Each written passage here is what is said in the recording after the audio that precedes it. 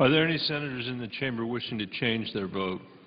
If not, on this vote, the yeas are 45, the nays are 55. Under the previous order requiring 60 votes for the adoption of this amendment, the amendment is not agreed to. Move delay on the table. Move delay on the table. Without objection. Without objection. Mr. President, Senator from Iowa. I would like to address the Senate for about 6 or 7 minutes on I'm sorry. The Senate will come to order. Please take your conversations out of the well. Thank you. Senator from Iowa. Mr. President, I would like to address a trade issue that normally I would be offering an amendment on. I'm not going to offer an amendment during this debate because I think it's very important that we move forward with this legislation so that hopefully the President will stop moving the goalposts and send to the Senate Panama, Colombia, and South Korea. But the reason I address the issue of the general system of preferences is because, quite frankly, I'm sick and tired of a lot of nations that may not be considered developed yet, but advanced very rapidly in the last 20 years, taking advantage of our GSP system.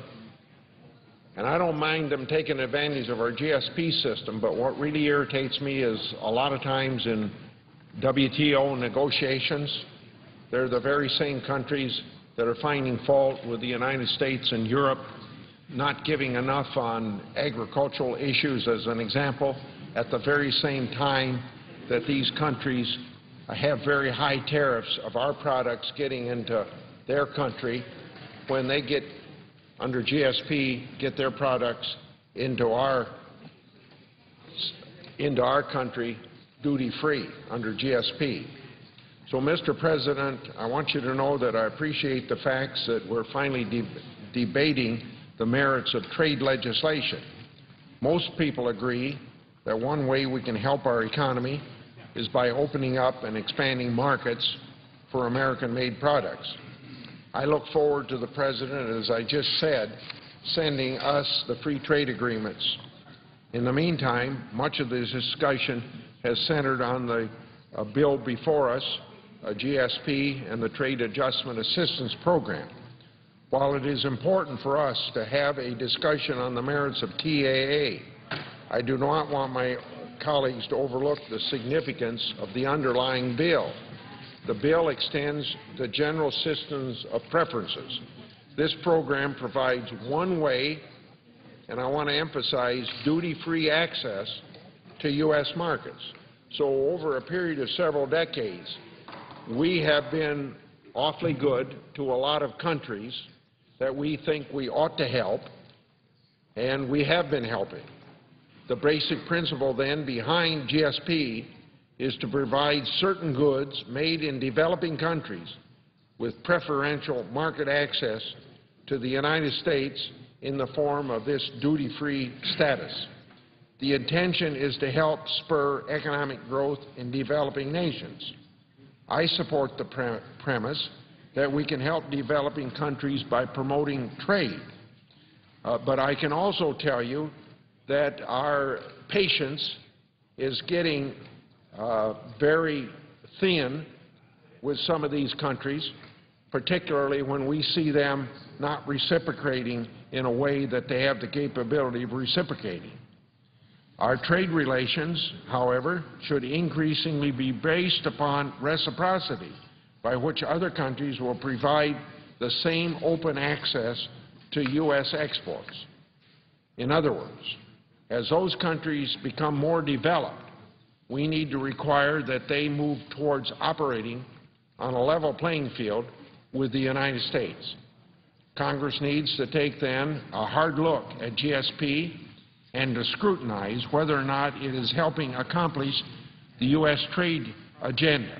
And I think we would find some of these countries coming up short, and in an environment on discussing trade, I would be taking a different approach, that we would send a clear signal to some of these countries of our impatience, and they're going to have to graduate off of GSP. If other nations believe that they will always enjoy GSP, then what incentives do they have to open up their markets to U.S. goods? And that's why we ought to very much advance the system of graduating off of GSP with some of these countries. There are nations who benefit from GSP that, quite frankly, have moved beyond what I consider to be developing countries. I continue to question why we provide preferential treatment at all to the products from countries such as Brazil and India. These countries have at times worked against the trade interests of the United States, including resistance to reducing high tariffs on U.S. exports. Both of these countries have countless products competing in the global market with the United States products. I am not offering an amendment, as I've already said, to this GSP bill, not because I don't think that my position is good, but because I want to see the pending trade agreements submitted and approved by the Congress. I'm not interested in raising any barriers that make that task more difficult than the President has already made it. However, I will continue to push for reform of GSP. I urge my colleagues to take a close look at this program and consider the points that I've raised in the past and I'm raising right now, but not raising in the form of an amendment that ought to be offered at this time. I yield the floor. I want you to use my shorthand.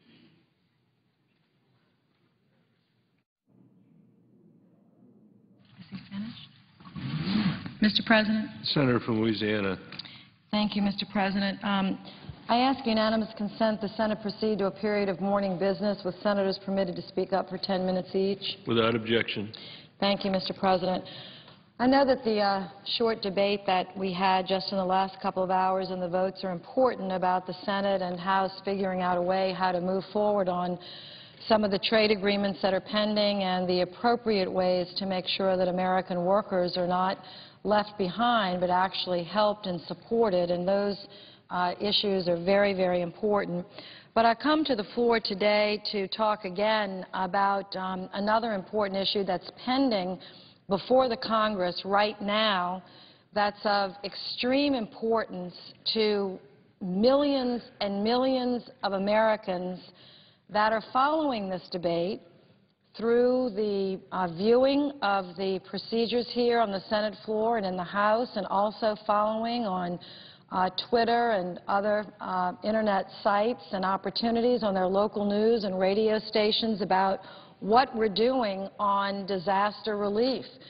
And that's a good question, because I think, and many of the senators, Democrats and Republicans as well on the Senate side, particularly 10 of my colleagues from the other side that stood with us last week to say it's time to fund the disasters in America today.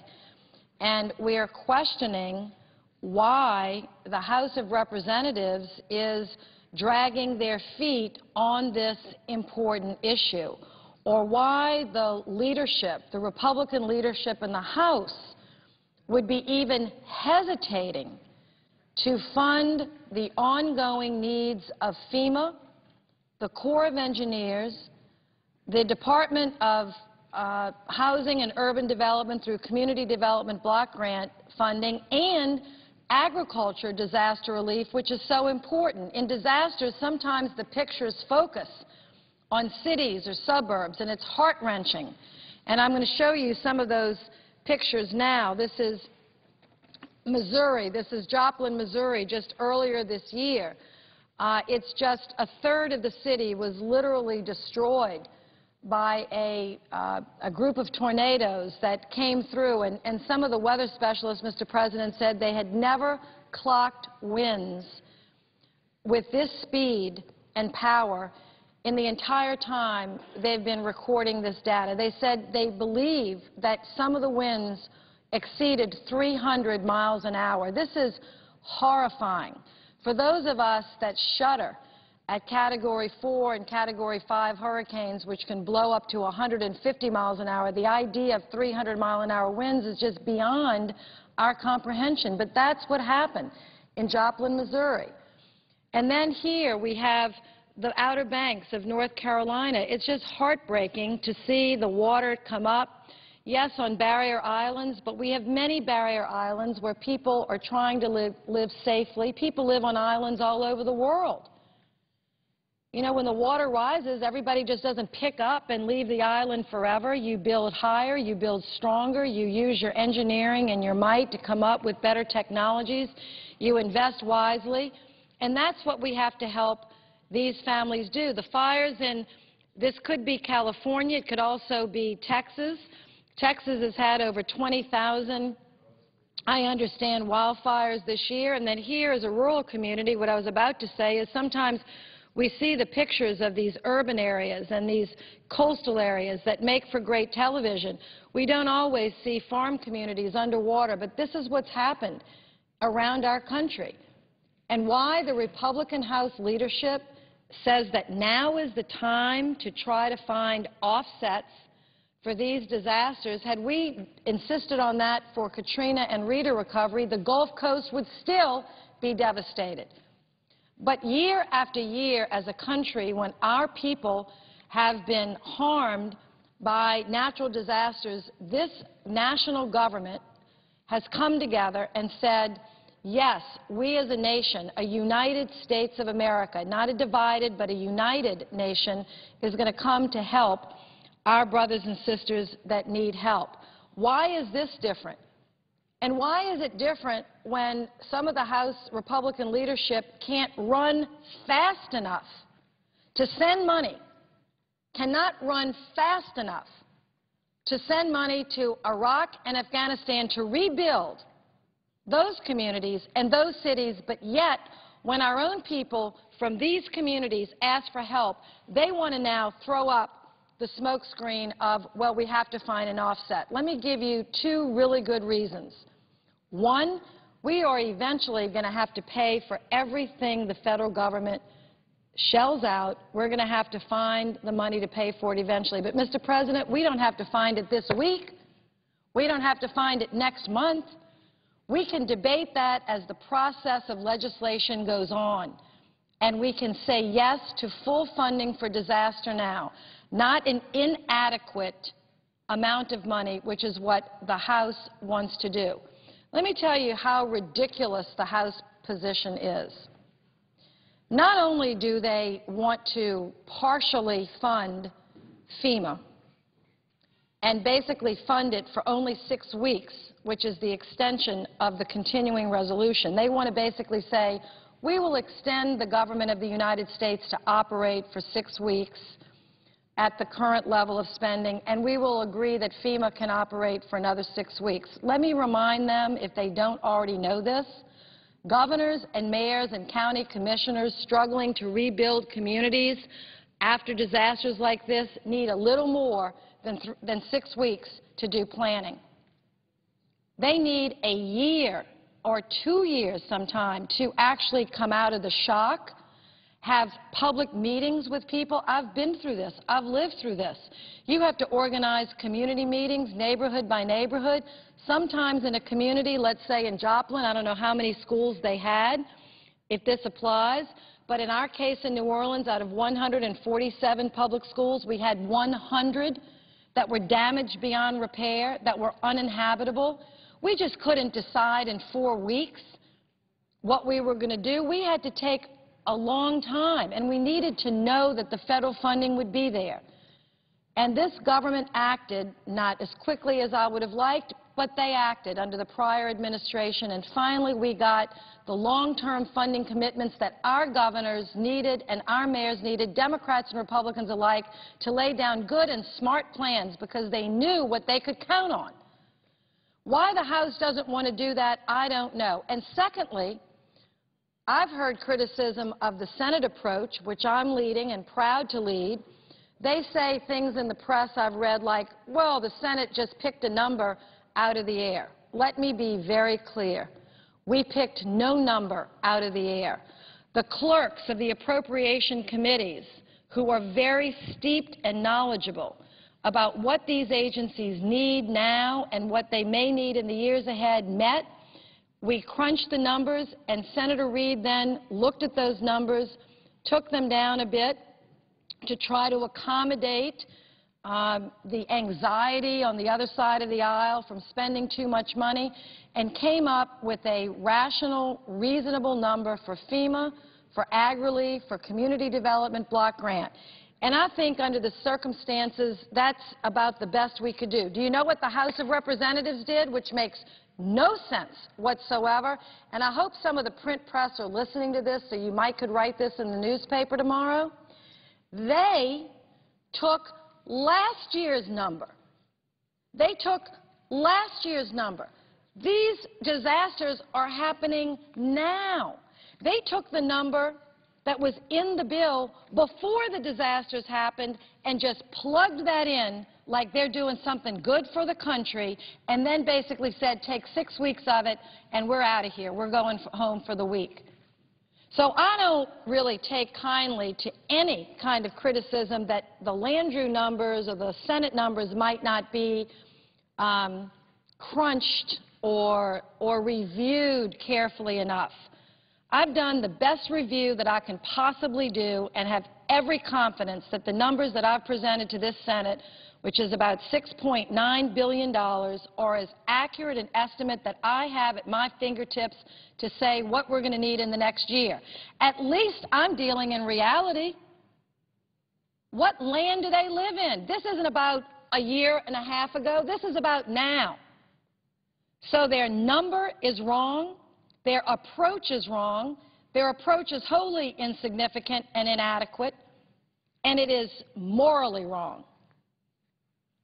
And I want to present, I'm not even going to ask the clerks, who do a beautiful job here trying to type everything we say, and sometimes it's very hard to keep up because we don't have everything written down, and I'm not even going to ask them to print this into the record because it's really just too long.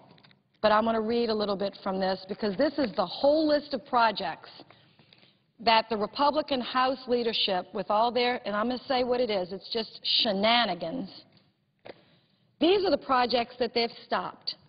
Now, we all know about big cities like New Orleans and Chicago and New York. We hear about all these big cities, and Denver and Birmingham, Alabama, and New York, but we don't hear about cities like this so often, so I'm going to read them into the record because these taxpayers deserve to have their cities read into the record. That's where these projects are going on, that the Republican leadership in the House says that you don't really need the money now and you all can wait. Well, all these projects have been put on hold.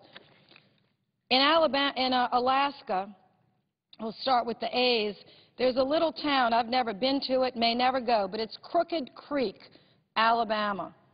There's a public building there, a vehicle maintenance shop, that's on hold. Florence, Alabama. Lisbon, Alabama.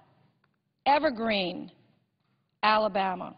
There are 5 pages for little towns in Arkansas that maybe not, they don't make the front page of the New York Times or of the Washington Post.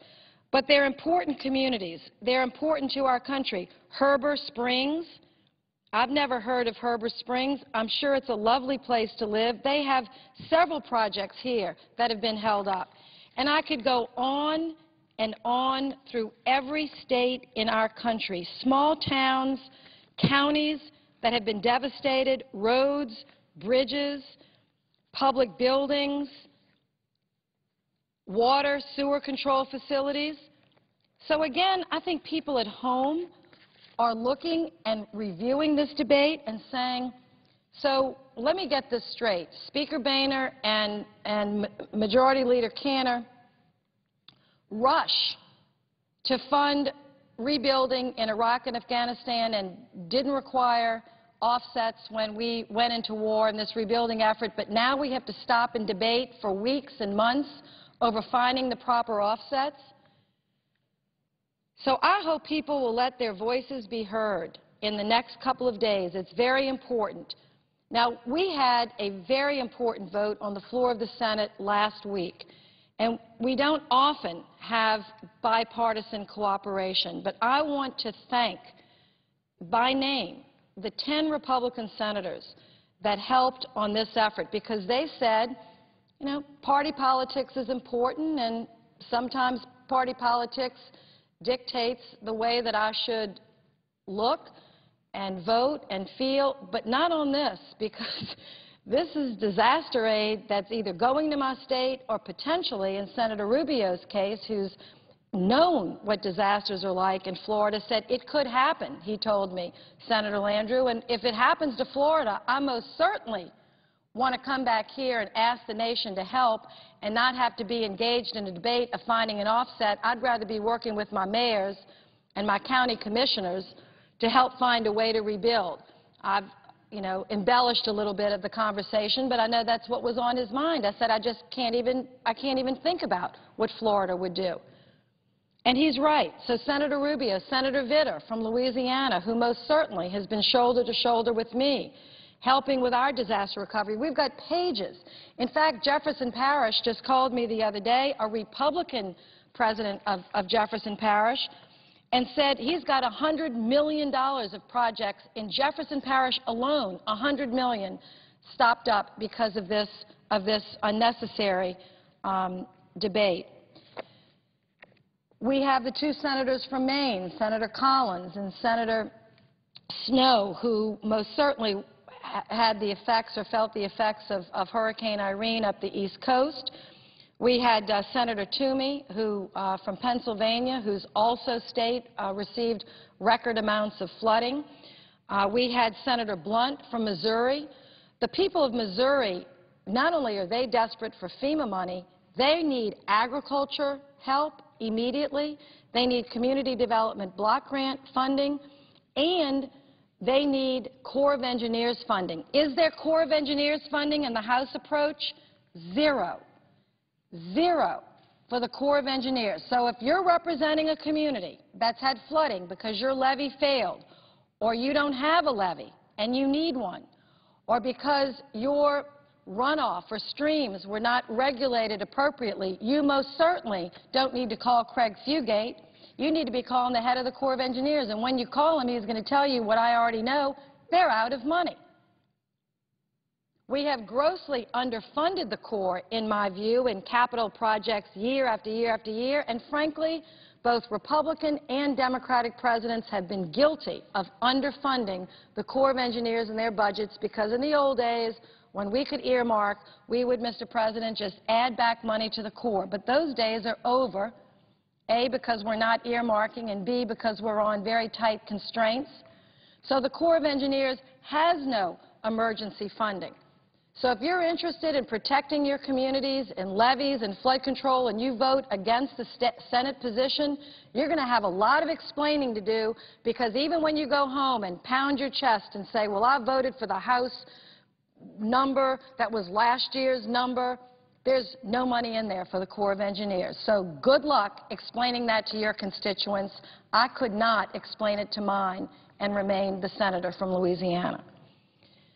So we need, and this is an example of what some of my coastal levees look like. The other thing we've got to battle, but this is a battle for another day, when your levees break up like this with your coastal barriers, the Corps of Engineers is actually technically prohibited from building them better. We have better solutions for this. We're going to try to get that changed, and this is a constant battle and a big issue, not just to the state of Louisiana, but to the Gulf Coast, but to the eastern seaboard and the West Coast as well. So we'll continue to work in that regard. But let me say, Mr. President, and I ask for 5 more minutes. I don't see anyone else on the floor wanting to speak. Without objection. But let me show you what some of the Republican leaders in this country that are not in the House of Representatives are saying. And I think we should listen to them, because this is from the governor of New Jersey, Governor Christie, a leader of the Republican Party, a conservative leader of the Republican Party. No one would accuse him of not being a strong voice for conservative philosophy. But he said now is not the time, ladies and gentlemen in Congress, to argue for weeks and weeks or months and months about finding offsets for these disasters. Let's fund them. Let's fund them robustly. These are job creation opportunities for our communities. It's about smart planning and being a reliable partner with the state of New Jersey and my counties. He said, let's get about the business. In fact, he specifically said, quote, you want to figure out budget cuts? That's fine. You expect the citizens of my state to wait? They're not going to wait, he said, and I'm going to fight to make sure they don't. Our people are suffering now. They need our support now. We need the support now here in New Jersey, and that's not a Republican or Democratic issue. I just got off the phone with Governor Christie, within the hour, and we talked again. This is still his position. He said he is not backing down, and he's going to continue to give voice to this issue. I wish the Republican leaders in the House would listen to him. We've had Republican leaders in the Senate. I named about 6 of them, and I want to compliment the other ones later on when I get back to that point. This is Governor Bob McDonnell from Virginia. My concern is that we help people in need. For the FEMA money that's going to flow, it's up to them on how they get it. I don't think it's time to get in the middle of that deficit and debate. Now, I really want people to think about this. Let's say that we have another hurricane season like we had, I believe it was right before Hurricane Katrina. I believe it was like 2004, where 4 hurricanes hit the state of Florida. 4 in 1 year. It was devastating to the state of Florida. Do you think that it's the right thing to do to get the governor of the state of Florida, the senators of the state of Florida, the entire congressional delegation of the state of Florida, and every accountant working for every county to come tromp up to Washington to go through the federal budget to find where they can cut right there that week while the winds have just died down, but we've got to get the Florida accountants up here to come find an offset so then we can send the help to Florida? The argument is ludicrous on its face. I don't want Senator Rubio wondering about that. I don't want Senator Nelson worrying about that. I want them comforting their people. That's what I'd like to see them do, because I had to do an awful lot of that. And I'm sure they would do it naturally. I want them going shelter to shelter, telling people it's going to be okay. I want them visiting with their business people. Don't pick up your stakes now. Invest in Florida. We can be a good place for you to come back. I want them working to save their universities. I had to work on that as well. The last thing they need to be doing, and their staff, is taking out a pencil in their green eye shade and going through the federal budget and saying, well, let's just eliminate this in Colorado, and let's just eliminate this. No hearings. No time for hearings. No time for oversight, because we have to act now. Let's just cut out all these programs. That is hogwash. It is ludicrous on its face. It's not the way a government should run. It's not about conservative or liberal. It's truly stupidity. And it just makes me so angry that anyone would suggest this. And again, let's send the help now. We can find a way to pay for this. We're finding a way to pay for Katrina now. We do it through the ordinary budget process. We're finding a way to pay to reduce the deficit substantially. That's what the Committee of 12 is about. That's what all of our debates are about. That's what the appropriations process is about. But not now. Tom Ridge. I mean, if you don't think maybe the governor of Virginia is an expert on this, or the governor of New Jersey, I think they're pretty strong public figures. How about the first secretary of the department that oversees disaster response? Tom Ridge himself. Do you know what Tom Ridge said last week when this debate started? Never in the history of the country have we worried about budget around emergency appropriations for natural disasters. And frankly, in my view, he said, we shouldn't be worried about it now. We're all in this as a country. And when Mother Nature devastates a community, we may need emergency appropriations, and we ought to just deal with it and then deal with the fiscal issues later on. Thank you. That is exactly what we should be doing. So, Mr. President, I've tried not, as the leader of this committee, to make this a Democratic-Republican issue. I have asked and succeeded in getting 10 of my Republican colleagues to join the effort. So this isn't, trying to make one party look good or one party look bad. All we want to do is help disaster victims and help the governors, the mayors, and the county commissioners that, believe me, right now are just pulling their hair out. They have very limited tools. They're not sure what they can do. People are angry. They're devastated. They're shocked. Families are having to bunch in and live together. Some people are still in shelters. I mean, I've been through this nightmare. I know what they're going through. And then they have to hear from Washington, that the Eric Cantor crowd decided that now is the time for us, even though for 50 years we've been doing emergency funding, that now is the time to decide how to do offsets or where to get offsets before we can send them help. This is no way to run a railroad, and it is no way to fund disaster assistance. I want to make sure that everybody knows, I said earlier, this color is too pleasant, this green, to reflect what really this map shows. But these are all the states in the nation that are experiencing disasters this year. For the first time in a very long time, maybe in our history, we've had presidential disasters declared in all but 2 states. There are different kinds of disasters, some fires, some floods, some earthquakes, but nonetheless devastating to the communities trying to rebuild. So this isn't a Texas, Louisiana. This isn't just a West Coast. This is an entire nation that is waiting for Congress to act to send not just FEMA money, but FEMA, Corps of Engineers, agriculture, and community development block grant funding. And for the life of me, I cannot understand why we're having this debate at all.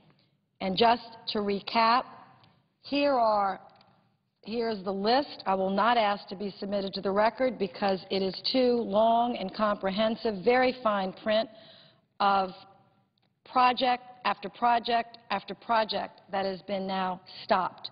Stopped. Because FEMA is operating on fumes. They're virtually out of money. And yes, the new year, fiscal year for the federal government starts next week. But remember, the House of Representatives only offers 6 weeks of help based on last year's reality. They're not even taking into account what actually happened. They're just saying, well, we budgeted $2.65 billion last year. That must be good enough for this next year, not taking into account any of the realities of what I've just talked about. And by the way, you can have basically a 6-week rate. No money for the Corps of Engineers, no money for agriculture. Please, if you hear one thing, any of the members of the House that are considering voting for this, please don't try to go home and explain this to your constituents, because hopefully they'll be smart enough by listening to this debate and understanding that you really didn't vote to help them.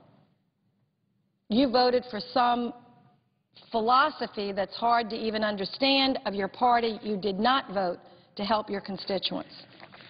And one final point. If people on the other side will say, well, I voted for this, $2.65 billion, and I know it's not a real number, but it's sort of enough to get everybody through, and then we'll pass the regular appropriations, because, Mr. President, I've heard that as well. And then when the regular appropriation bills will come, this money can be tucked in to these bills, and help will be on the way.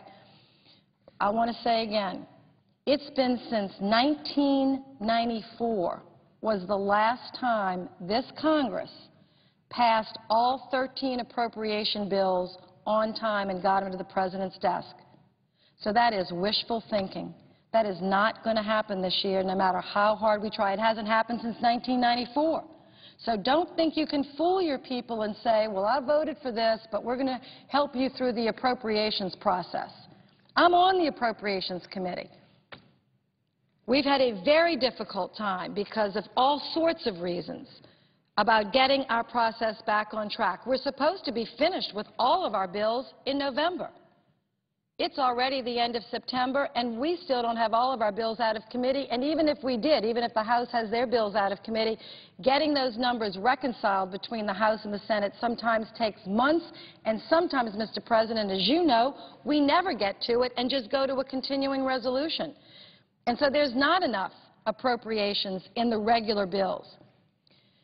So for all the reasons that I said, and I want to end with where I started, let's fund disasters now.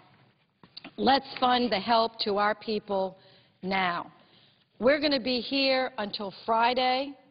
Potentially our leadership will keep us in until we get this resolved. But again, the Senate has made a great bipartisan effort with senators like Senator Blunt and Toomey and Vitter, Vitter and the senators from Maine, other senators from the other side that have joined this effort. I am asking the House, please reconsider your position. Please fund disasters now. We will figure out a way to pay for this over time. We have already made provisions for this in the negotiations that were done a month ago between the Republican and House leaders. Our people are depending on us to act. So, Mr. President, I'm going to submit the rest of my statement for the record. And again, I urge my colleagues in the House, please reconsider your position. Join the bipartisan work underway in the Senate to get this job done for the people that we represent and the people of our country that are truly desperate for us to act right now. Thank you, Mr. President. I yield the floor and suggest the absence of a quorum. Clerk will call the roll. Mr. Akaka.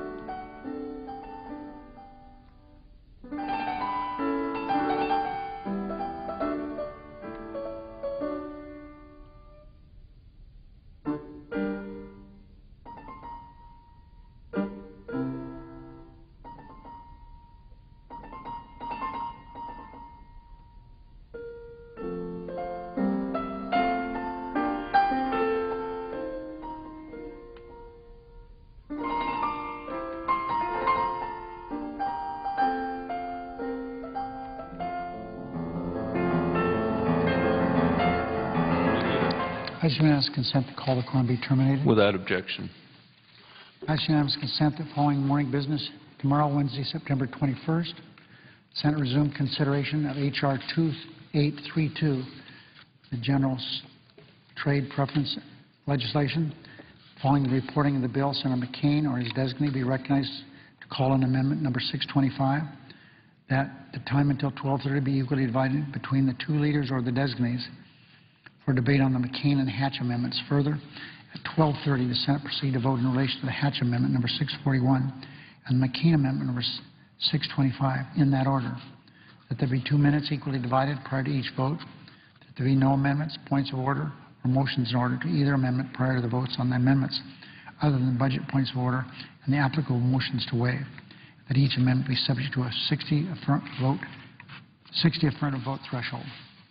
Without objection. I ask unanimous consent the appointment to the desk appear separately in the record as if made by the chair. Without objection. I ask unanimous consent that when the Senate completes its business day, it adjourn until 9:30 a.m. on Wednesday, September 21st. Following the prayer and the pledge, the journal proceedings be approved to date. The following hour be deemed expired. Time for the two leaders be reserved for use later in the day. Following any leader remarks, the Senate be in a period of morning business for an hour. Senators permitted to speak for up to 10 minutes each, with the time equally divided and controlled between the two leaders or the designees, with the majority controlling the first half and the Republicans controlling the final half. Following that morning business, Senate resumed consideration of H.R. 2832 under the previous order. Without objection. Tomorrow there will be 2 roll call votes at about 12:30 in relation to the Hatch and McCain amendments. If there is no further business coming before the Senate, I ask we adjourn under the previous order. The Senate stands adjourned until 9:30 a.m. tomorrow.